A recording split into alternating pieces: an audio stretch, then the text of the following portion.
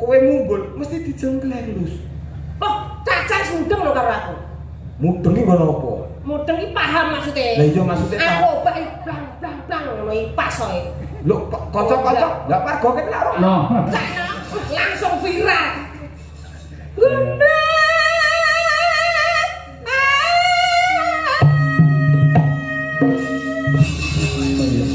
Iki sing luwih terginas nih sampean. Niki kan terkenal niki napa pelawak yang paling energik. Oh. Nggih. energi ki apa? Energi itu sing lincah. Lincah.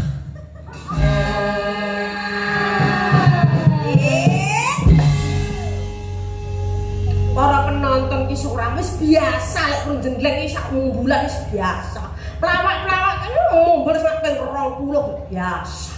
Lah terus piye? Ping siji ya apa sini-sini no makmu adoh kok kulon kono kok. Lah kudune ping piro?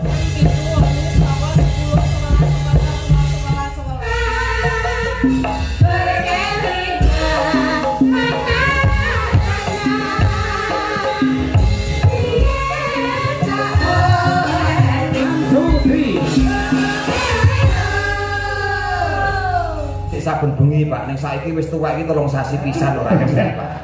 Tembang diprotes lho. Lah yo urung karuan 3 sasi pisan nembangke niki lho Pak. Oh iya. Nek dhisik saben bengi yo. Pak Lurah langsung bujeng ya karo Pak Dewan. Lah jenenge ngene, ya tra iya.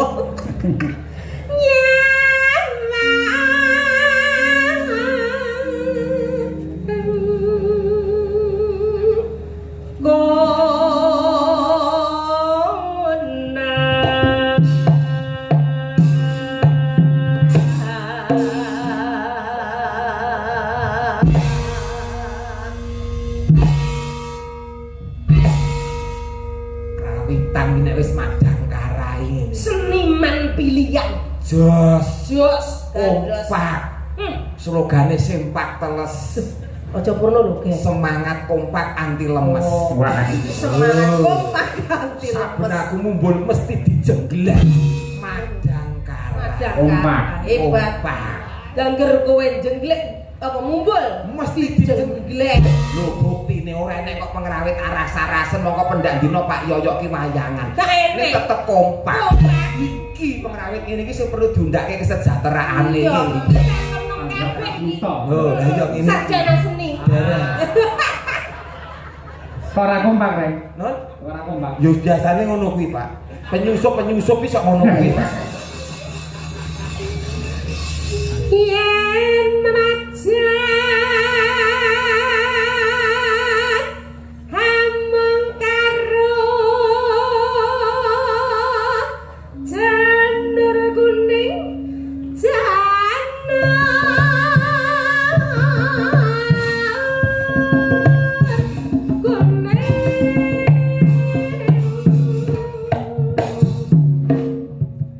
teh nono sak tekaku jenenge kompake Madangkara yo ngene.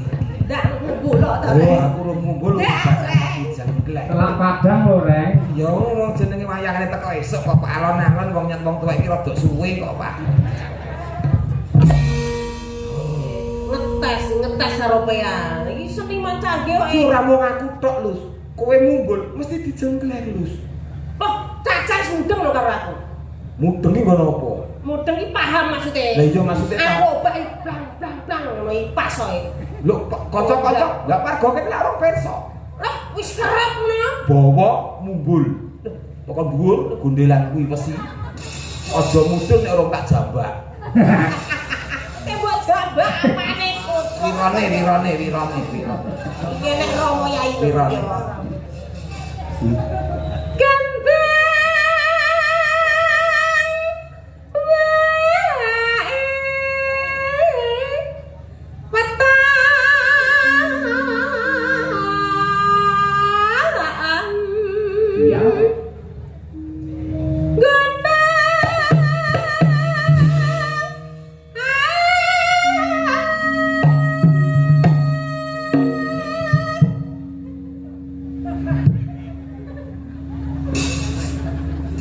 Persis kayak sapian meletong persis. Ancang-ancang dhisik.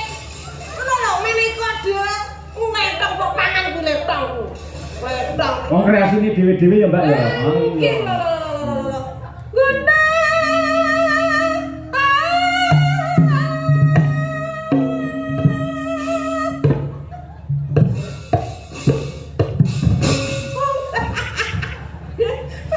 Ya ta, aku kepling ngono lho.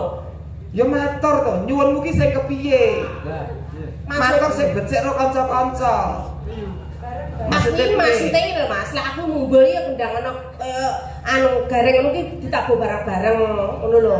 Pas mumbul tabuh iki diangkat ngono. Oh, tabuh diangkat, ya. Masa raden aku memang kowe. Tembung ki akeh mula bokong dilumahke nek ngomong digenahke. Nah, iya to, Pak. nggih Purwodadi putane. Sing dadi omongane. Nah. Ayo iki malu Mas, pokoke aku tabuhno jenglengen koyo kuwi ngono ki Mas. Drueng ngono koyo Nah, ngono Mas, dituruti Mas. Iki kok nek ora dituruti mangan pager lho iki kok. Saiki awakmu sing bawa terus aku sing mumbul. Oh iya iso. Dan Guna.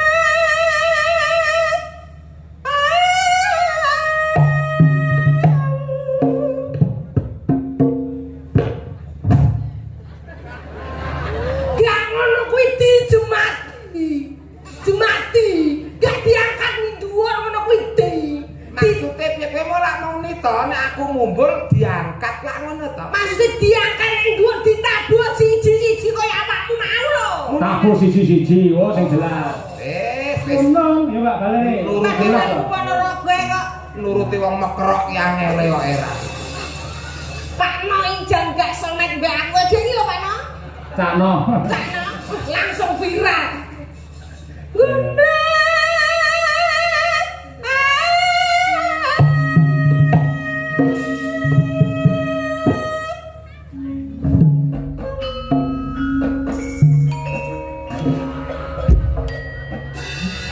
Gak ngono kuwi. Jare ditabuh siji-siji. Munine lho piye? Munine ki lho piye ngono lho. Nabuh iki munine piye? Muni iki bareng ngono lho. Muni ditabuh jreng lho. Oh, ndang-ndang jreng.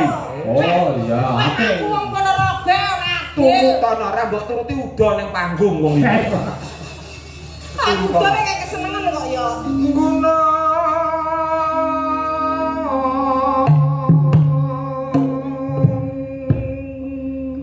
Jreng. Gak mbok tabuhi rapatek. Tak dongane lara udun kabeh. Iki lho. Ah, bengi iki Mbak Lucy ngeblong. Lo gentenan to, Pak. Gentenan. Kasete ben beda. Ah iya. Gentenan. Padahal kudu diwolak-walik kok. Oke, ra dibolak-balik gosong. Kosong. Saiki kan kowe. Pak Cinta.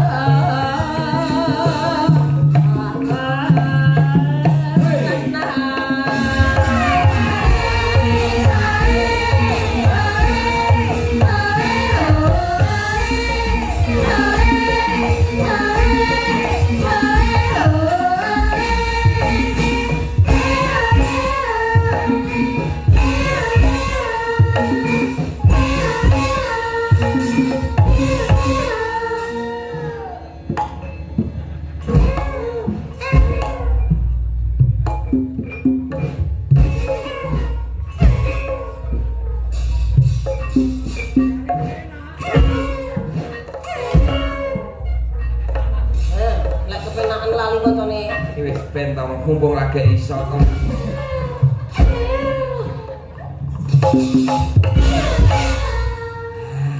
Ning Ponorogo iki kota santri. Kudune dhewe berkarya dengan penuh etika. Sampeyan njenjleng Mbak Lucy olehne aja didepne Mbak Lucy. Jenenge enggak sopan. Maksudnya sirahe Madhepe rono. Oh. Oh, ngono kuwi aja langsung madhep rene. Ayo. kok madhepe mriko ngoten to? Nggih, ayo. Ngerti to, paham to? Paham. Oke, Paham, yo. paham. Akhlakul karimah kudu dijaga. Yo, yo. Yo, ndeblak tak. Yo, Ji, rok lu.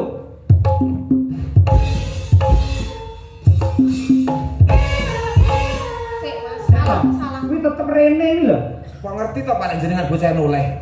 Lah aku nyawang kok kene kok ya. Ngene lho Pak. Sik mbok ngono lho. Heh, menggok dhewe kok. Ranakno ngono lho.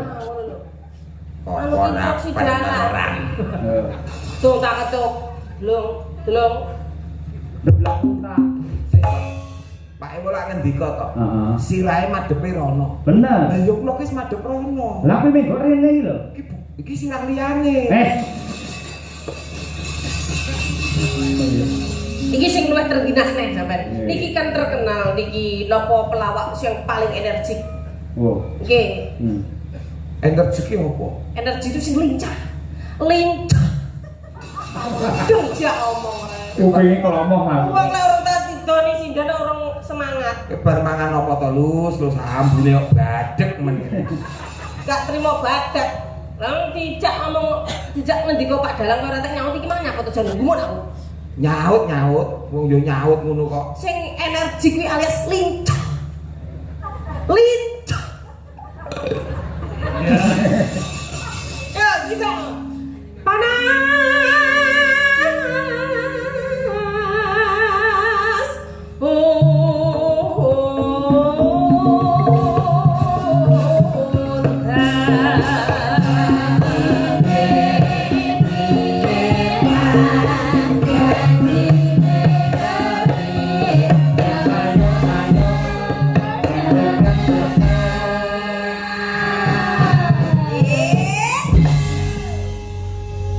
Para penonton ki ora wis biasa lek prunjengleng iki sak mumbulan wis biasa. Pelawak-pelawak kan mumbul sak ping 20 biasa. Lah terus piye? Ping siji ya apa sini-sini no makmu adoh kok kulon kono kok. Lah kudune kok ping piro?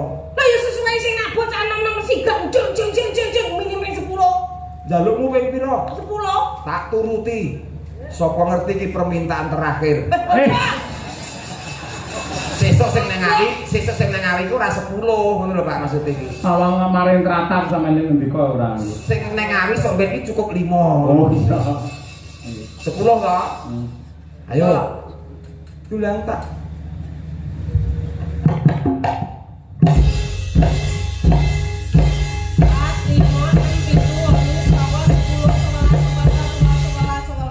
Kakean. Lah pinten iki mau? Iki 12 no. Waduh pokean loro, Pak. Nggih. Tak jikok loro, Pak. Apa enak jikok loro? Kok terengginas nang ijah masalah rupane kaya ngono tapi ya luar biasa. Heeh. Coba. Panas udan panas aling-aling capek